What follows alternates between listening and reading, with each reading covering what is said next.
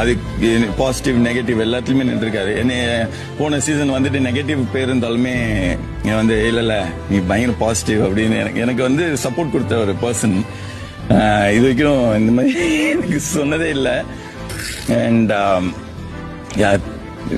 நான் எப்படி சொல்றது, அவங்க அப்பா எல்லாம் வந்துட்டு போயிருக்காரு. நீ அவங்ககிட்ட அவங்க என்ன நினைப்பாங்கன்னு எனக்கு தெரியல. லைக் எனக்கு ஓகே, எனக்கு பிடிச்சிருக்குதா